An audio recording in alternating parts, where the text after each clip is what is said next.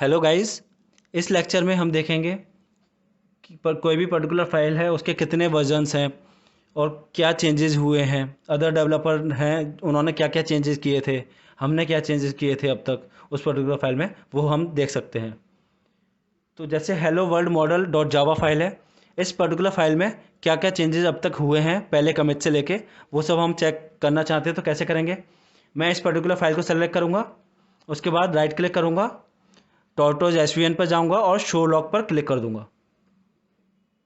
Show log पर click कर कर मुझे उसके जितने भी कमिट्स अभी तक हुए हैं वो सारे कमिट्स यहाँ पर दिखा देगा।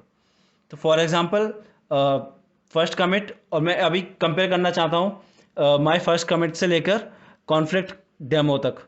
तो इन दोनों फाइल्स में क्या क्या चेंजेस हुए हैं वो मैं कंपेयर करना चाहता हूँ। तो मैं कंपेयर रिवीजन पर क्लिक कर दूंगा। तो कंपेयर रिवीजन पर क्लिक करने से पहले हमें वो सेलेक्ट करने पड़ेंगे रिवीजन्स।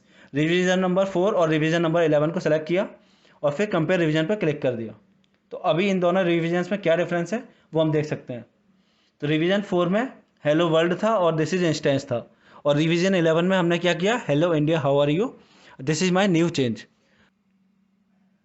इस प्रकार हम जो चेंजेस हैं उस पर्टिकुलर फाइल के स्टार्टिंग से लेकर अब तक के, वो सब चेंजेस ऐसे देख सकते हैं। So thank you friends. उम्मीद है आपको एसवीएन के बारे में काफ़ी नॉलेज मिल चुकी होगी। एसवीएन को कैसे यूज़ करते हैं वह समझ में आ गया होगा। अब आपको यह भी लग रहा होगा कि एसवीएन और गिटहब जो हमने देखा, गिट के लेक्चर्स जो देखे और एसवीएन के जो लेक्चर्स देखे, वो ऑलमोस्ट सिमिलर थे। दोनों ही टॉर्टोइस के प्रोडक्ट हैं और दोनों ही रिपोजिटरीज हैं। तो हम जो फीचर्स में जो हमारे अपडेट्स होंगे इस कोर्स को लेकर, वो हम इसमें करते रहेंगे। Thank you friends for taking this course.